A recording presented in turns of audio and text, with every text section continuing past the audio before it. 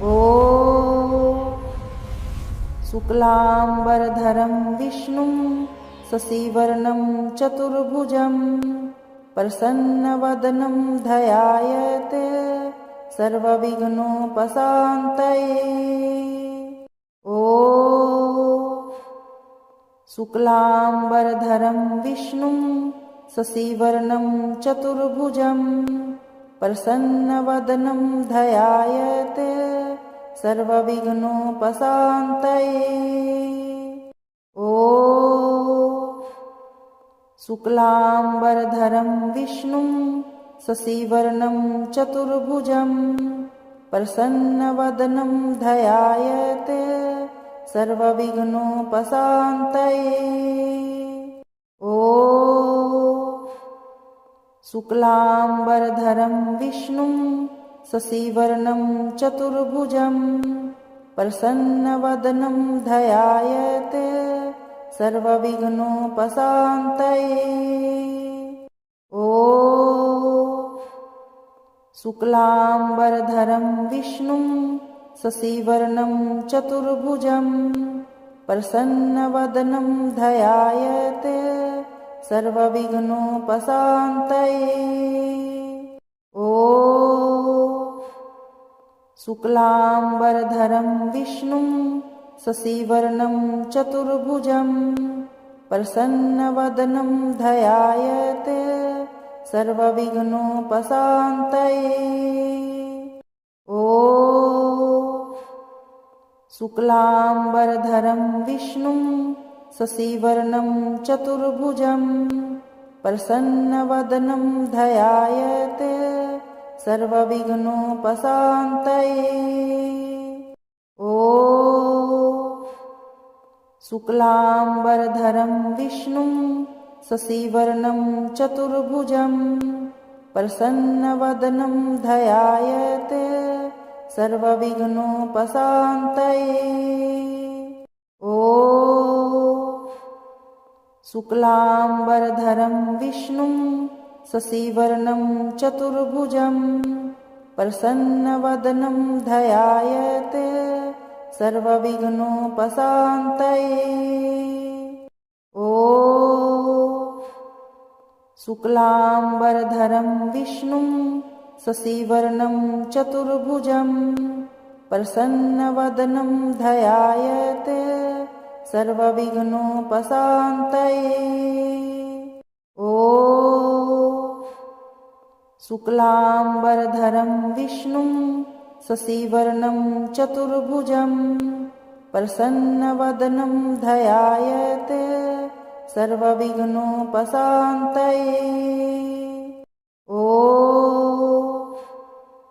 शुक्लाम्बरधरं विष्णुं शशिवर्णं चतुर्भुजं प्रसन्नवदनं ध्यायेत् सर्वविघ्नोपशान्तये।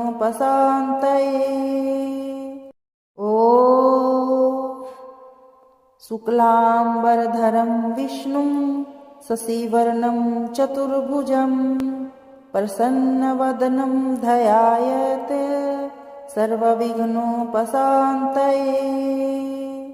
ॐ शुक्लाम्बरधरं विष्णुं शशिवर्णं चतुर्भुजं प्रसन्नवदनं ध्यायेत् सर्वविघ्नोपशान्तये। ॐ शुक्लाम्बरधरं विष्णुं शशिवर्णं चतुर्भुजं प्रसन्नवदनं ध्यायेत् सर्वविघ्नोपशान्तये। ॐ शुक्लाम्बरधरं विष्णुं शशिवर्णं चतुर्भुजं प्रसन्नवदनं ध्यायेत् सर्वविघ्नोपशान्तये।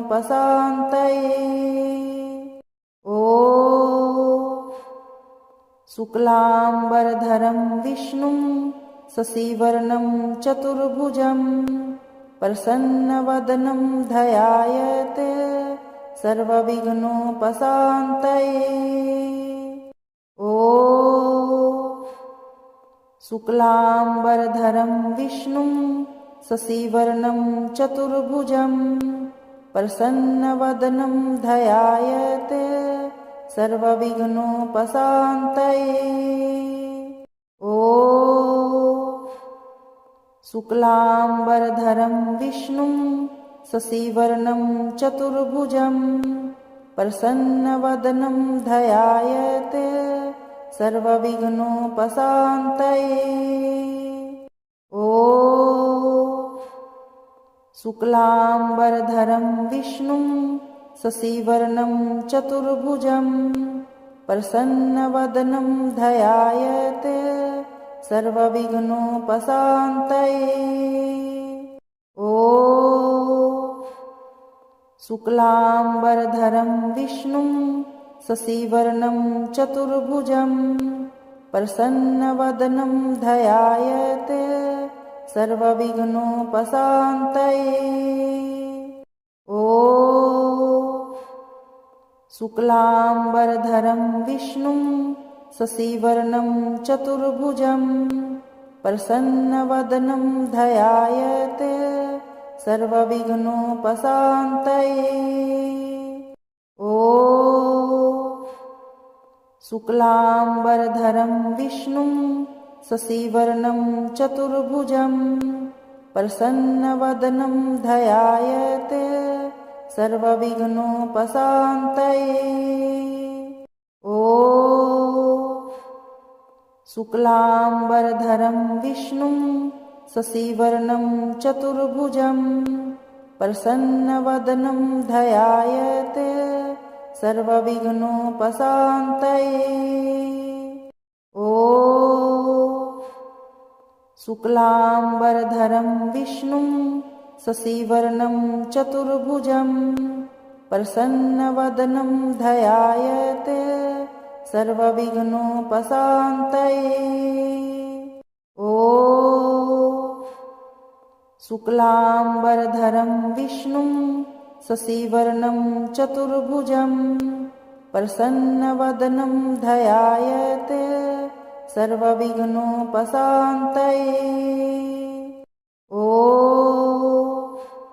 शुक्लाम्बरधरं विष्णुं शशिवर्णं चतुर्भुजं प्रसन्नवदनं ध्यायेत् सर्वविघ्नोपशान्तये। ॐ शुक्लाम्बरधरं विष्णुं शशिवर्णं चतुर्भुजं प्रसन्नवदनं ध्यायेत् सर्वविघ्नोपशान्तये। ॐ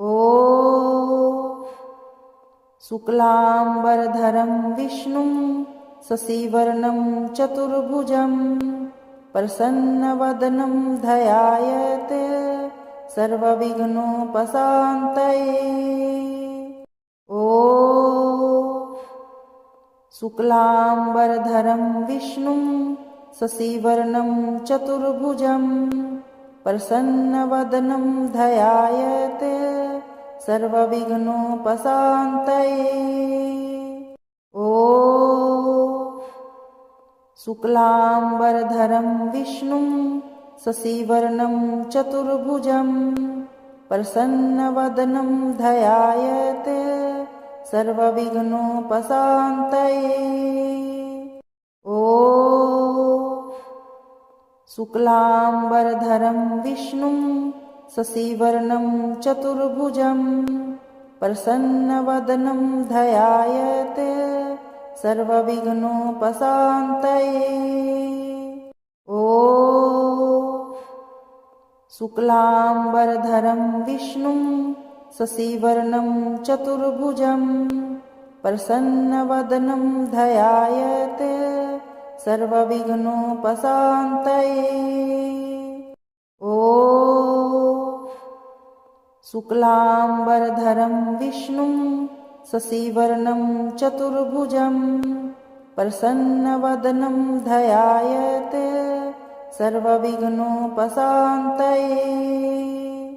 ॐ शुक्लाम्बरधरं विष्णुं शशिवर्णं चतुर्भुजं प्रसन्नवदनं ध्यायेत् सर्वविघ्नोपशान्तये। ॐ शुक्लाम्बरधरं विष्णुं शशिवर्णं चतुर्भुजं प्रसन्नवदनं ध्यायेत् सर्वविघ्नोपशान्तये। ॐ शुक्लाम्बरधरं विष्णुं शशिवर्णं चतुर्भुजं प्रसन्नवदनं ध्यायेत् सर्वविघ्नोपशान्तये। ॐ शुक्लाम्बरधरं विष्णुं शशिवर्णं चतुर्भुजं प्रसन्नवदनं ध्यायेत् सर्वविघ्नोपशान्तये। ॐ शुक्लाम्बरधरं विष्णुं शशिवर्णं चतुर्भुजं प्रसन्नवदनं ध्यायेत् सर्वविघ्नोपशान्तये। ॐ शुक्लाम्बरधरं विष्णुं शशिवर्णं चतुर्भुजं प्रसन्नवदनं ध्यायेत् सर्वविघ्नोपशान्तये। ॐ शुक्लाम्बरधरं विष्णुं शशिवर्णं चतुर्भुजं प्रसन्नवदनं ध्यायेत् सर्वविघ्नोपशान्तये। ॐ शुक्लाम्बरधरं विष्णुं शशिवर्णं चतुर्भुजं प्रसन्नवदनं ध्यायेत् सर्वविघ्नोपशान्तये। ॐ शुक्लाम्बरधरं विष्णुं शशिवर्णं चतुर्भुजं प्रसन्नवदनं ध्यायेत् सर्वविघ्नोपशान्तये। ॐ शुक्लाम्बरधरं विष्णुं शशिवर्णं चतुर्भुजं प्रसन्नवदनं ध्यायेत् सर्वविघ्नोपशान्तये। ॐ शुक्लाम्बरधरं विष्णुं शशिवर्णं चतुर्भुजं प्रसन्नवदनं ध्यायेत् सर्वविघ्नोपशान्तये। ॐ शुक्लाम्बरधरं विष्णुं शशिवर्णं चतुर्भुजं प्रसन्नवदनं ध्यायेत् सर्वविघ्नोपशान्तये। ॐ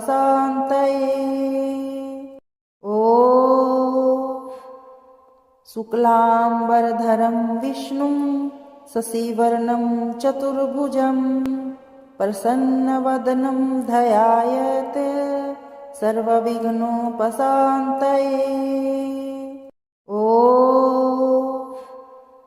शुक्लाम्बरधरं विष्णुं शशिवर्णं चतुर्भुजं प्रसन्नवदनं ध्यायेत् सर्वविघ्नोपशान्तये।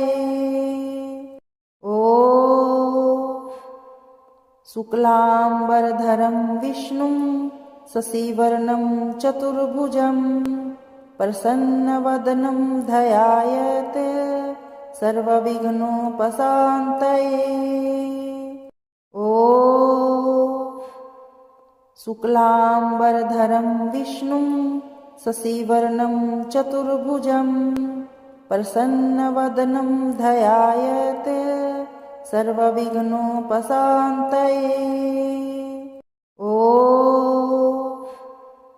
शुक्लाम्बरधरं विष्णुं शशिवर्णं चतुर्भुजं प्रसन्नवदनं ध्यायेत् सर्वविघ्नोपशान्तये। ॐ शुक्लाम्बरधरं विष्णुं शशिवर्णं चतुर्भुजं प्रसन्नवदनं ध्यायेत् सर्वविघ्नोपशान्तये। ॐ शुक्लाम्बरधरं विष्णुं शशिवर्णं चतुर्भुजं प्रसन्नवदनं ध्यायेत् सर्वविघ्नोपशान्तये। ॐ शुक्लाम्बरधरं विष्णुं शशिवर्णं चतुर्भुजं प्रसन्नवदनं ध्यायेत् सर्वविघ्नोपशान्तये। ॐ शुक्लाम्बरधरं विष्णुं शशिवर्णं चतुर्भुजं प्रसन्नवदनं ध्यायेत् सर्वविघ्नोपशान्तये। ॐ शुक्लाम्बरधरं विष्णुं शशिवर्णं चतुर्भुजं प्रसन्नवदनं ध्यायेत् सर्वविघ्नोपशान्तये। ॐ शुक्लाम्बरधरं विष्णुं शशिवर्णं चतुर्भुजं प्रसन्नवदनं ध्यायेत् सर्वविघ्नोपशान्तये। ॐ शुक्लाम्बरधरं विष्णुं शशिवर्णं चतुर्भुजं प्रसन्नवदनं ध्यायेत् सर्वविघ्नोपशान्तये। ॐ शुक्लाम्बरधरं विष्णुं शशिवर्णं चतुर्भुजं प्रसन्नवदनं ध्यायेत् सर्वविघ्नोपशान्तये। ॐ शुक्लाम्बरधरं विष्णुं शशिवर्णं चतुर्भुजं प्रसन्नवदनं ध्यायेत् सर्वविघ्नोपशान्तये। ॐ शुक्लाम्बरधरं विष्णुं शशिवर्णं चतुर्भुजं प्रसन्नवदनं ध्यायेत् सर्वविघ्नोपशान्तये। ॐ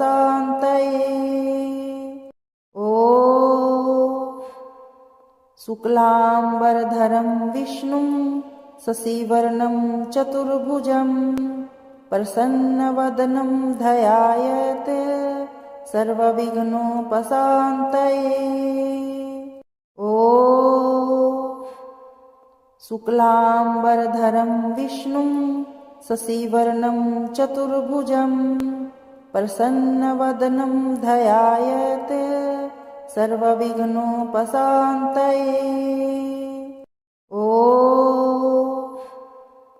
शुक्लाम्बरधरं विष्णुं शशिवर्णं चतुर्भुजं प्रसन्नवदनं ध्यायेत् सर्वविघ्नोपशान्तये।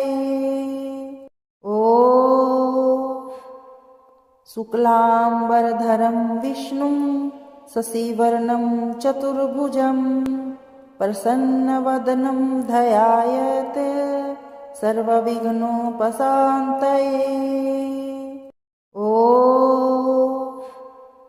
शुक्लाम्बरधरं विष्णुं शशिवर्णं चतुर्भुजं प्रसन्नवदनं ध्यायेत् सर्वविघ्नोपशान्तये।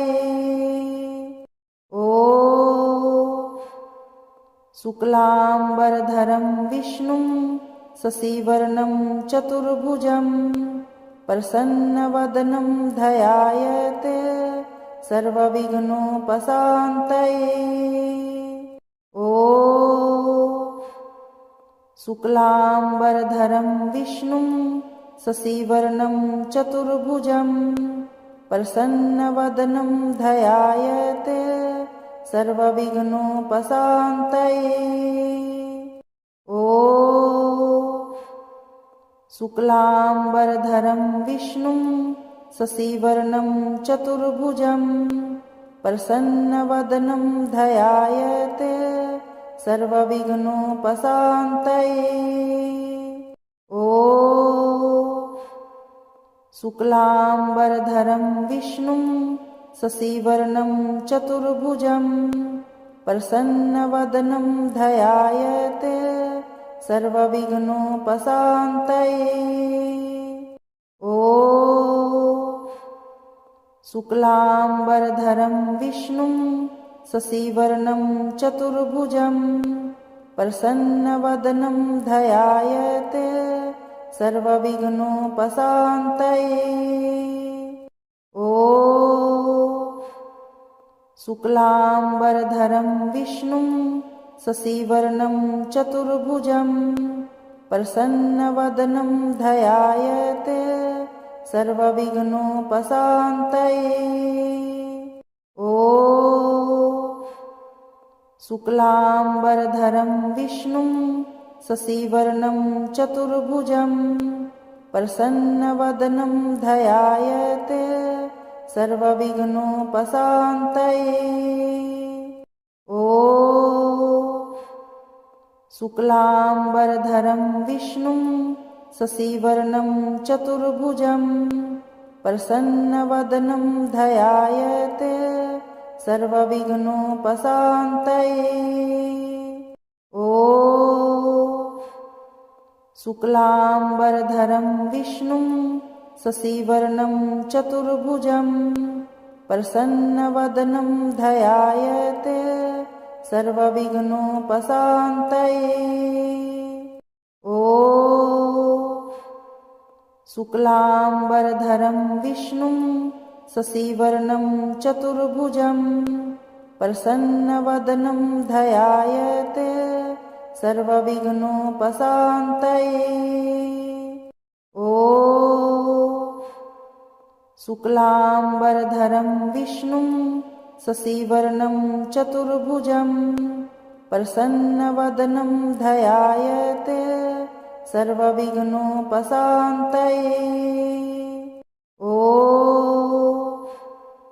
शुक्लाम्बरधरं विष्णुं शशिवर्णं चतुर्भुजं प्रसन्नवदनं ध्यायेत् सर्वविघ्नोपशान्तये। ॐ शुक्लाम्बरधरं विष्णुं शशिवर्णं चतुर्भुजं प्रसन्नवदनं ध्यायेत् सर्वविघ्नोपशान्तये। ॐ शुक्लाम्बरधरं विष्णुं शशिवर्णं चतुर्भुजं प्रसन्नवदनं ध्यायेत् सर्वविघ्नोपशान्तये।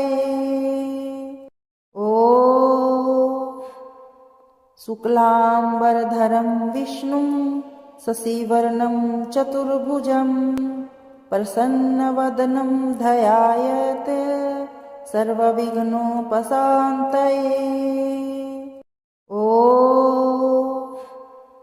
शुक्लाम्बरधरं विष्णुं शशिवर्णं चतुर्भुजं प्रसन्नवदनं ध्यायेत् सर्वविघ्नोपशान्तये। ॐ शुक्लाम्बरधरं विष्णुं शशिवर्णं चतुर्भुजं प्रसन्नवदनं ध्यायेत् सर्वविघ्नोपशान्तये। ॐ शुक्लाम्बरधरं विष्णुं शशिवर्णं चतुर्भुजं प्रसन्नवदनं ध्यायेत् सर्वविघ्नोपशान्तये। ॐ शुक्लाम्बरधरं विष्णुं शशिवर्णं चतुर्भुजं प्रसन्नवदनं ध्यायेत् सर्वविघ्नोपशान्तये। ॐ शुक्लाम्बरधरं विष्णुं शशिवर्णं चतुर्भुजं प्रसन्नवदनं ध्यायेत् सर्वविघ्नोपशान्तये। ॐ शुक्लाम्बरधरं विष्णुं शशिवर्णं चतुर्भुजं प्रसन्नवदनं ध्यायेत् सर्वविघ्नोपशान्तये। ॐ शुक्लाम्बरधरं विष्णुं शशिवर्णं चतुर्भुजं प्रसन्नवदनं ध्यायेत् सर्वविघ्नोपशान्तये। ॐ शुक्लाम्बरधरं विष्णुं शशिवर्णं चतुर्भुजं प्रसन्नवदनं ध्यायेत् सर्वविघ्नोपशान्तये। ॐ शुक्लाम्बरधरं विष्णुं शशिवर्णं चतुर्भुजं प्रसन्नवदनं ध्यायेत् सर्वविघ्नोपशान्तये। ॐ शुक्लाम्बरधरं विष्णुं शशिवर्णं चतुर्भुजं प्रसन्नवदनं ध्यायेत् सर्वविघ्नोपशान्तये। ॐ शुक्लाम्बरधरं विष्णुं शशिवर्णं चतुर्भुजं प्रसन्नवदनं ध्यायेत् सर्वविघ्नोपशान्तये। ॐ शुक्लाम्बरधरं विष्णुं शशिवर्णं चतुर्भुजं प्रसन्नवदनं ध्यायेत् सर्वविघ्नोपशान्तये। ॐ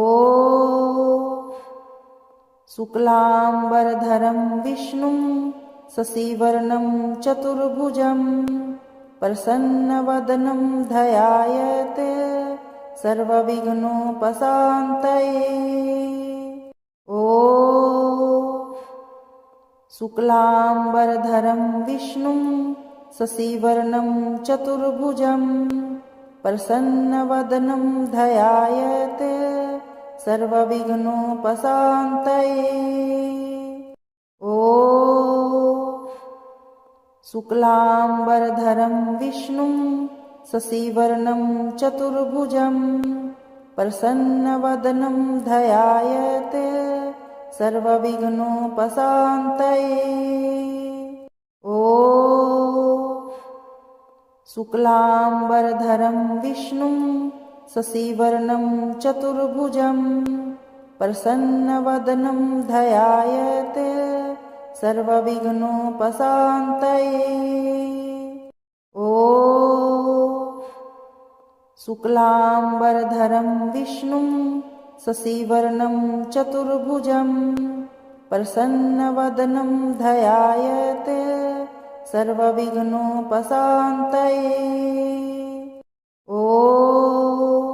ॐ शुक्लाम्बरधरं विष्णुं शशिवर्णं चतुर्भुजं प्रसन्नवदनं ध्यायेत् सर्वविघ्नोपशान्तये।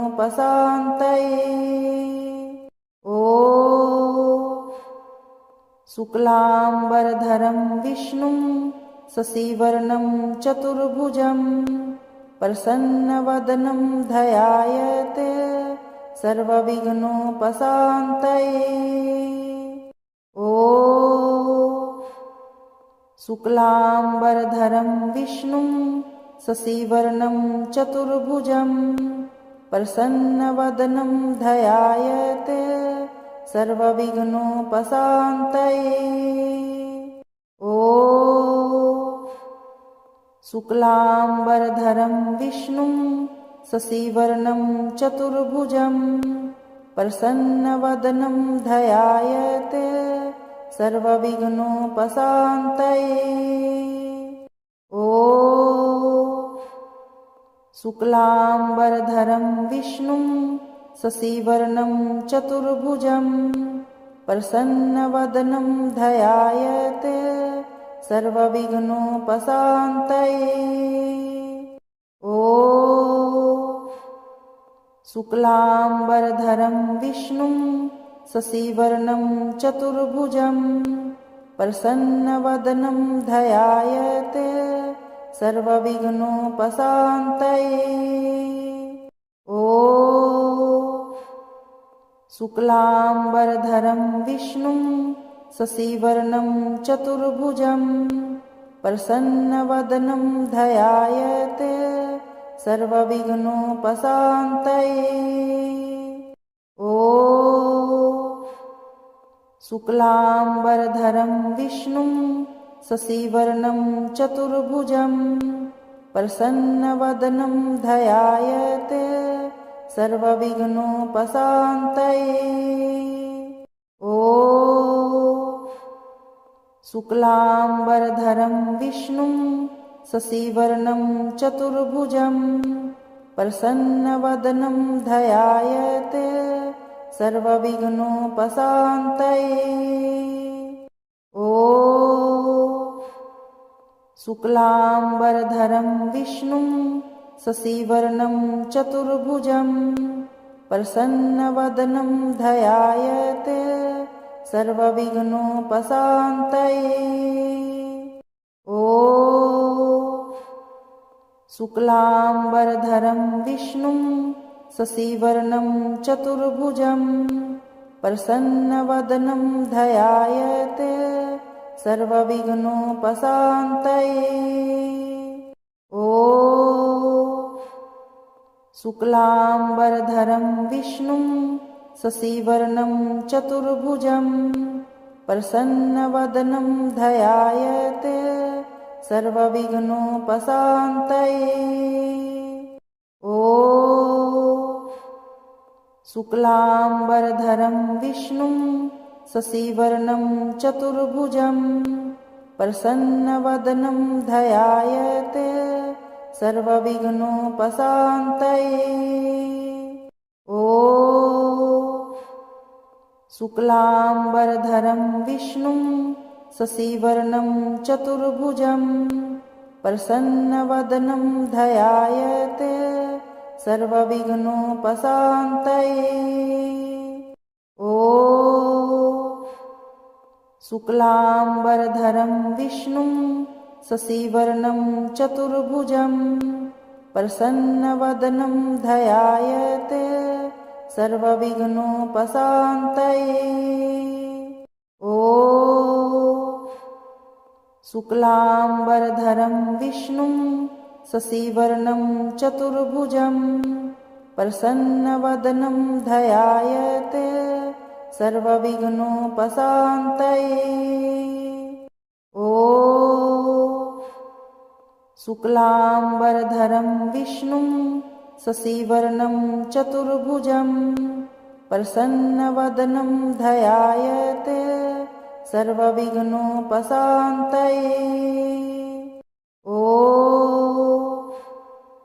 शुक्लाम्बरधरं विष्णुं शशिवर्णं चतुर्भुजं प्रसन्नवदनं ध्यायेत् सर्वविघ्नोपशान्तये।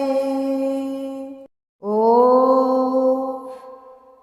शुक्लाम्बरधरं विष्णुं शशिवर्णं चतुर्भुजं प्रसन्नवदनं ध्यायेत् सर्वविघ्नोपशान्तये। ॐ शुक्लाम्बरधरं विष्णुं शशिवर्णं चतुर्भुजं प्रसन्नवदनं ध्यायेत् सर्वविघ्नोपशान्तये। ॐ शुक्लाम्बरधरं विष्णुं शशिवर्णं चतुर्भुजं प्रसन्नवदनं ध्यायेत् सर्वविघ्नोपशान्तये। ॐ शुक्लाम्बरधरं विष्णुं शशिवर्णं चतुर्भुजं प्रसन्नवदनं ध्यायेत् सर्वविघ्नोपशान्तये। ॐ शुक्लाम्बरधरं विष्णुं शशिवर्णं चतुर्भुजं प्रसन्नवदनं ध्यायेत् सर्वविघ्नोपशान्तये। ॐ शुक्लाम्बरधरं विष्णुं शशिवर्णं चतुर्भुजं प्रसन्नवदनं ध्यायेत् सर्वविघ्नोपशान्तये। ॐ शुक्लाम्बरधरं विष्णुं शशिवर्णं चतुर्भुजं प्रसन्नवदनं ध्यायेत् सर्वविघ्नोपशान्तये। ॐ शुक्लाम्बरधरं विष्णुं शशिवर्णं चतुर्भुजं प्रसन्नवदनं ध्यायेत् सर्वविघ्नोपशान्तये। ॐ शुक्लाम्बरधरं विष्णुं शशिवर्णं चतुर्भुजं प्रसन्नवदनं ध्यायेत् सर्वविघ्नोपशान्तये। ॐ शुक्लाम्बरधरं विष्णुं शशिवर्णं चतुर्भुजं प्रसन्नवदनं ध्यायेत् सर्वविघ्नोपशान्तये। ॐ शुक्लाम्बरधरं विष्णुं शशिवर्णं चतुर्भुजं प्रसन्नवदनं ध्यायेत् सर्वविघ्नोपशान्तये। ॐ शुक्लाम्बरधरं विष्णुं शशिवर्णं चतुर्भुजं प्रसन्नवदनं ध्यायेत् सर्वविघ्नोपशान्तये। ॐ शुक्लाम्बरधरं विष्णुं शशिवर्णं चतुर्भुजं प्रसन्नवदनं ध्यायेत् सर्वविघ्नोपशान्तये। ॐ शुक्लाम्बरधरं विष्णुं शशिवर्णं चतुर्भुजं प्रसन्नवदनं ध्यायेत् सर्वविघ्नोपशान्तये।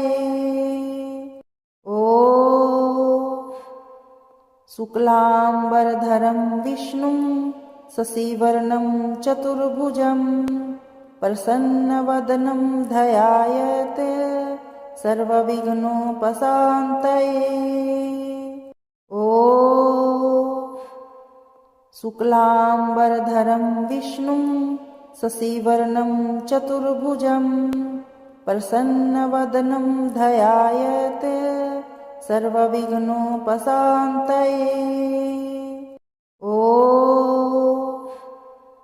शुक्लाम्बरधरं विष्णुं शशिवर्णं चतुर्भुजं प्रसन्नवदनं ध्यायेत् सर्वविघ्नोपशान्तये। ॐ शुक्लाम्बरधरं विष्णुं शशिवर्णं चतुर्भुजं प्रसन्नवदनं ध्यायेत् सर्वविघ्नोपशान्तये। ॐ शुक्लाम्बरधरं विष्णुं शशिवर्णं चतुर्भुजं प्रसन्नवदनं ध्यायेत् सर्वविघ्नोपशान्तये। ॐ शुक्लाम्बरधरं विष्णुं शशिवर्णं चतुर्भुजं प्रसन्नवदनं ध्यायेत् सर्वविघ्नोपशान्तये। ॐ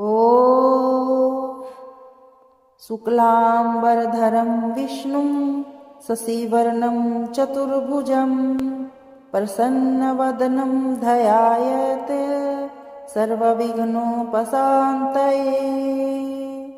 ॐ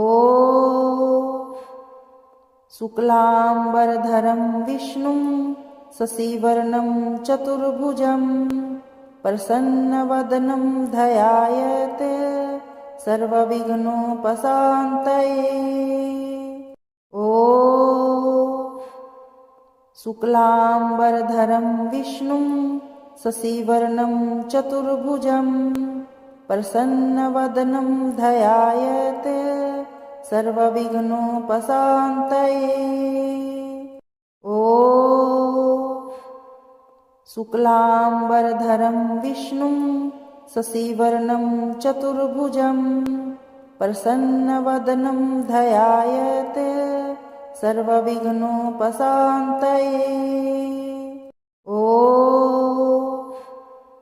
शुक्लाम्बरधरं विष्णुं शशिवर्णं चतुर्भुजं प्रसन्नवदनं ध्यायेत् सर्वविघ्नोपशान्तये।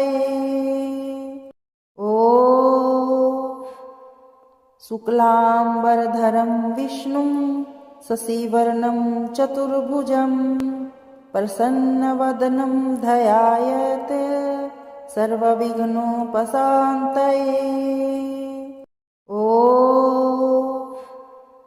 शुक्लाम्बरधरं विष्णुं शशिवर्णं चतुर्भुजं प्रसन्नवदनं ध्यायेत् सर्वविघ्नोपशान्तये। ॐ शुक्लाम्बरधरं विष्णुं शशिवर्णं चतुर्भुजं प्रसन्नवदनं ध्यायेत् सर्वविघ्नोपशान्तये। ॐ शुक्लाम्बरधरं विष्णुं शशिवर्णं चतुर्भुजं प्रसन्नवदनं ध्यायेत् सर्वविघ्नोपशान्तये। ॐ शुक्लाम्बरधरं विष्णुं शशिवर्णं चतुर्भुजं प्रसन्नवदनं ध्यायेत् सर्वविघ्नोपशान्तये। ॐ शुक्लाम्बरधरं विष्णुं शशिवर्णं चतुर्भुजं प्रसन्नवदनं ध्यायेत् सर्वविघ्नोपशान्तये। ॐ शुक्लाम्बरधरं विष्णुं शशिवर्णं चतुर्भुजं प्रसन्नवदनं ध्यायेत् सर्वविघ्नोपशान्तये। ॐ शुक्लाम्बरधरं विष्णुं शशिवर्णं चतुर्भुजं प्रसन्नवदनं ध्यायेत् सर्वविघ्नोपशान्तये।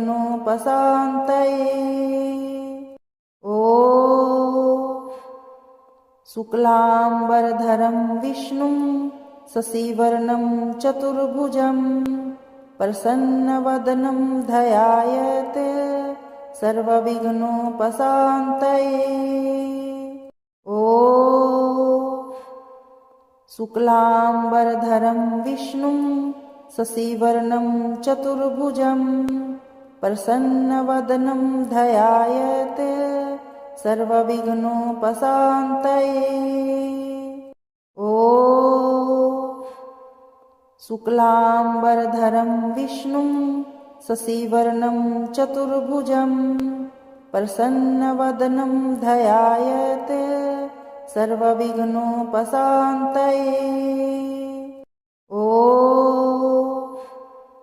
शुक्लाम्बरधरं विष्णुं शशिवर्णं चतुर्भुजं प्रसन्नवदनं ध्यायेत् सर्वविघ्नोपशान्तये। ॐ शुक्लाम्बरधरं विष्णुं शशिवर्णं चतुर्भुजं प्रसन्नवदनं ध्यायेत् सर्वविघ्नोपशान्तये। ॐ शुक्लाम्बरधरं विष्णुं शशिवर्णं चतुर्भुजं प्रसन्नवदनं ध्यायेत् सर्वविघ्नोपशान्तये। ॐ शुक्लाम्बरधरं विष्णुं शशिवर्णं चतुर्भुजं प्रसन्नवदनं ध्यायेत् सर्वविघ्नोपशान्तये। ॐ शुक्लाम्बरधरं विष्णुं शशिवर्णं चतुर्भुजं प्रसन्नवदनं ध्यायेत् सर्वविघ्नोपशान्तये। ॐ शुक्लाम्बरधरं विष्णुं शशिवर्णं चतुर्भुजं प्रसन्नवदनं ध्यायेत् सर्वविघ्नोपशान्तये। ॐ शुक्लाम्बरधरं विष्णुं शशिवर्णं चतुर्भुजं प्रसन्नवदनं ध्यायेत् सर्वविघ्नोपशान्तये। ॐ शुक्लाम्बरधरं विष्णुं शशिवर्णं चतुर्भुजं प्रसन्नवदनं ध्यायेत् सर्वविघ्नोपशान्तये। ॐ शुक्लाम्बरधरं विष्णुं शशिवर्णं चतुर्भुजं प्रसन्नवदनं ध्यायेत् सर्वविघ्नोपशान्तये। ॐ शुक्लाम्बरधरं विष्णुं शशिवर्णं चतुर्भुजं प्रसन्नवदनं ध्यायेत् सर्वविघ्नोपशान्तये। ॐ शुक्लाम्बरधरं विष्णुं शशिवर्णं चतुर्भुजं प्रसन्नवदनं ध्यायेत् सर्वविघ्नोपशान्तये। ॐ शुक्लाम्बरधरं विष्णुं शशिवर्णं चतुर्भुजं प्रसन्नवदनं ध्यायेत् सर्वविघ्नोपशान्तये।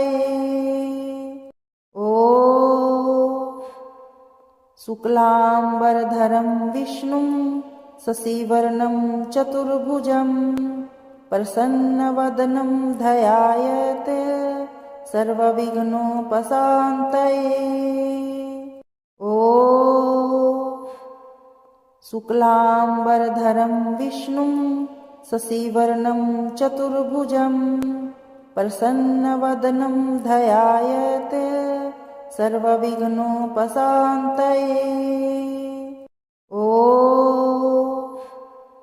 शुक्लाम्बरधरं विष्णुं शशिवर्णं चतुर्भुजं प्रसन्नवदनं ध्यायेत् सर्वविघ्नोपशान्तये। ॐ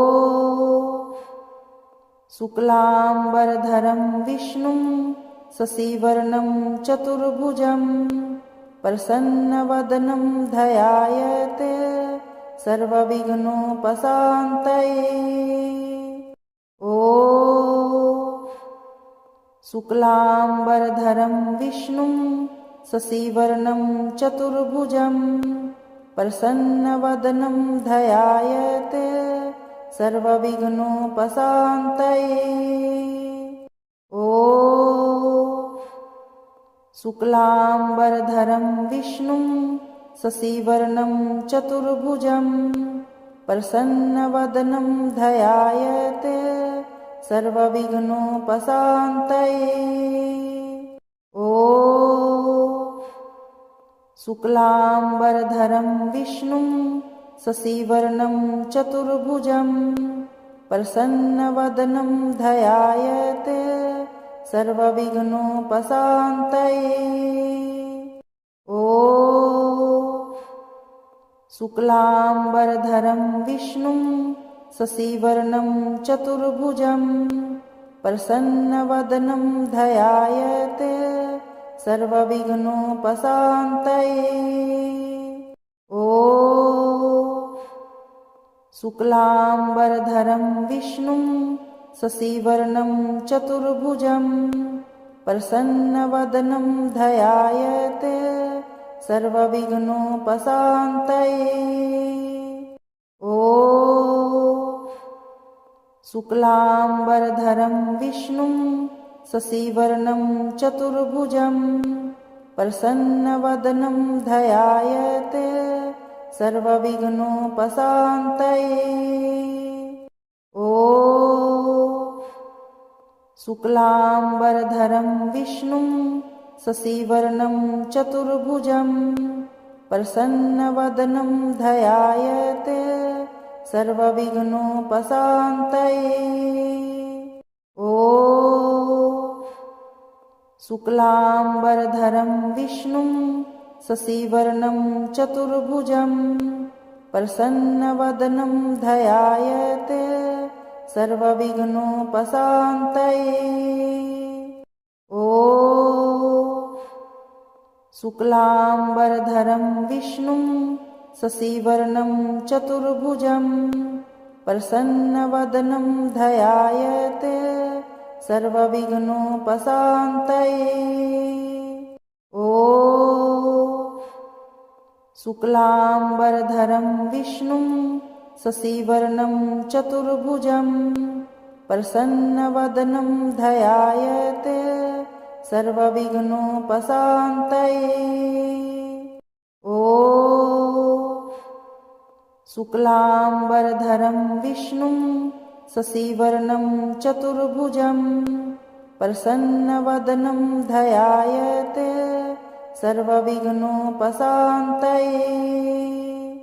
ॐ शुक्लाम्बरधरं विष्णुं शशिवर्णं चतुर्भुजं प्रसन्नवदनं ध्यायेत् सर्वविघ्नोपशान्तये। ॐ शुक्लाम्बरधरं विष्णुं शशिवर्णं चतुर्भुजं प्रसन्नवदनं ध्यायेत् सर्वविघ्नोपशान्तये। ॐ शुक्लाम्बरधरं विष्णुं शशिवर्णं चतुर्भुजं प्रसन्नवदनं ध्यायेत् सर्वविघ्नोपशान्तये। ॐ शुक्लाम्बरधरं विष्णुं शशिवर्णं चतुर्भुजं प्रसन्नवदनं ध्यायेत् सर्वविघ्नोपशान्तये। ॐ शुक्लाम्बरधरं विष्णुं शशिवर्णं चतुर्भुजं प्रसन्नवदनं ध्यायेत् सर्वविघ्नोपशान्तये। ॐ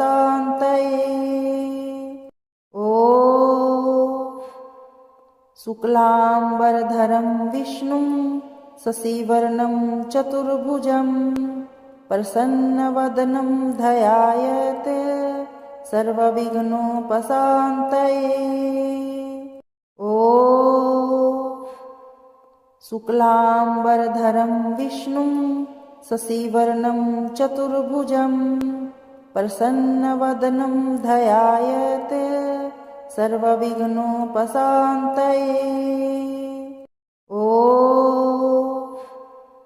शुक्लाम्बरधरं विष्णुं शशिवर्णं चतुर्भुजं प्रसन्नवदनं ध्यायेत् सर्वविघ्नोपशान्तये। ॐ शुक्लाम्बरधरं विष्णुं शशिवर्णं चतुर्भुजं प्रसन्नवदनं ध्यायेत् सर्वविघ्नोपशान्तये। ॐ शुक्लाम्बरधरं विष्णुं शशिवर्णं चतुर्भुजं प्रसन्नवदनं ध्यायेत् सर्वविघ्नोपशान्तये। ॐ शुक्लाम्बरधरं विष्णुं शशिवर्णं चतुर्भुजं प्रसन्नवदनं ध्यायेत् सर्वविघ्नोपशान्तये। ॐ शुक्लाम्बरधरं विष्णुं शशिवर्णं चतुर्भुजं प्रसन्नवदनं ध्यायेत् सर्वविघ्नोपशान्तये। ॐ शुक्लाम्बरधरं विष्णुं शशिवर्णं चतुर्भुजं प्रसन्नवदनं ध्यायेत् सर्वविघ्नोपशान्तये। ॐ शुक्लाम्बरधरं विष्णुं शशिवर्णं चतुर्भुजं प्रसन्नवदनं ध्यायेत् सर्वविघ्नोपशान्तये। ॐ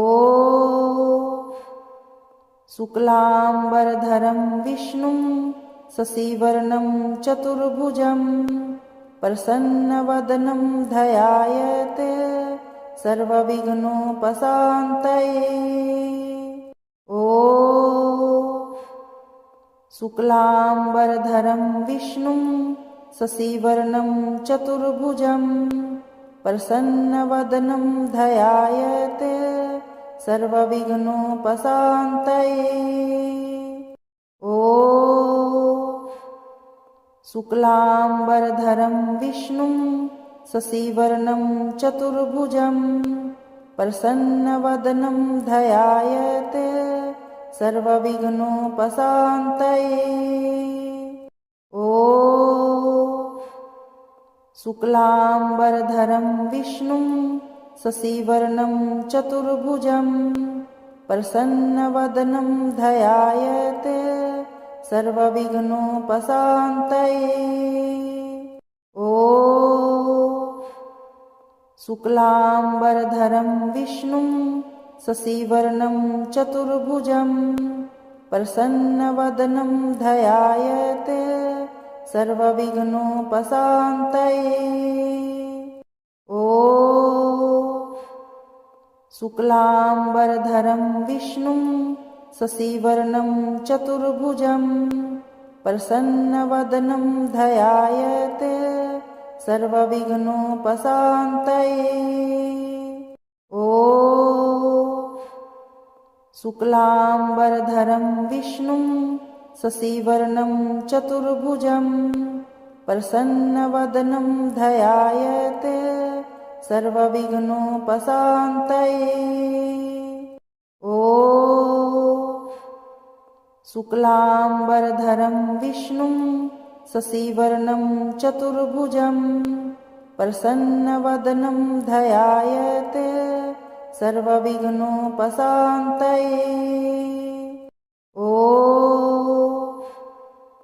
शुक्लाम्बरधरं विष्णुं शशिवर्णं चतुर्भुजं प्रसन्नवदनं ध्यायेत् सर्वविघ्नोपशान्तये।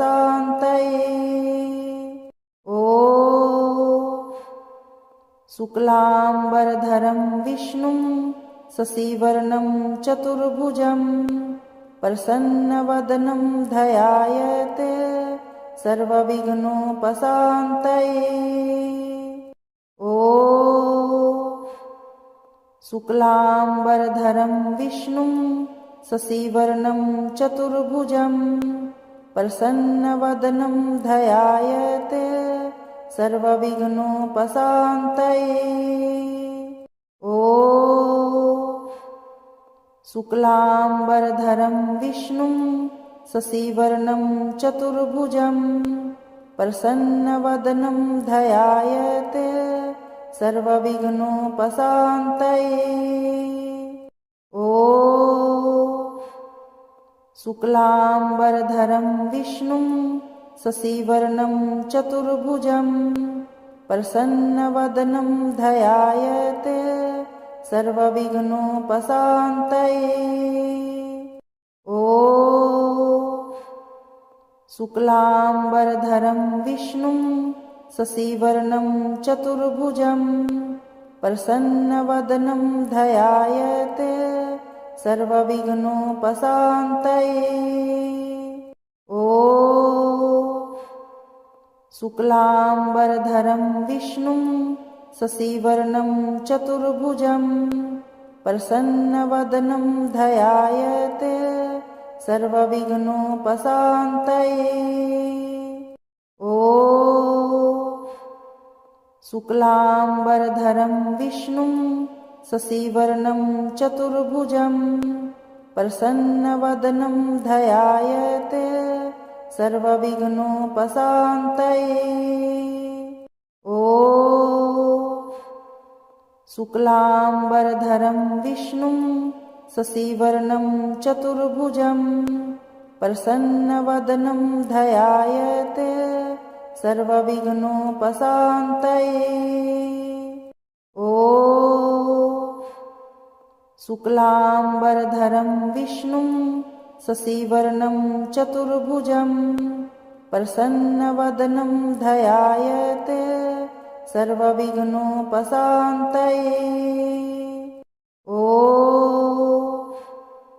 शुक्लाम्बरधरं विष्णुं शशिवर्णं चतुर्भुजं प्रसन्नवदनं ध्यायेत् सर्वविघ्नोपशान्तये।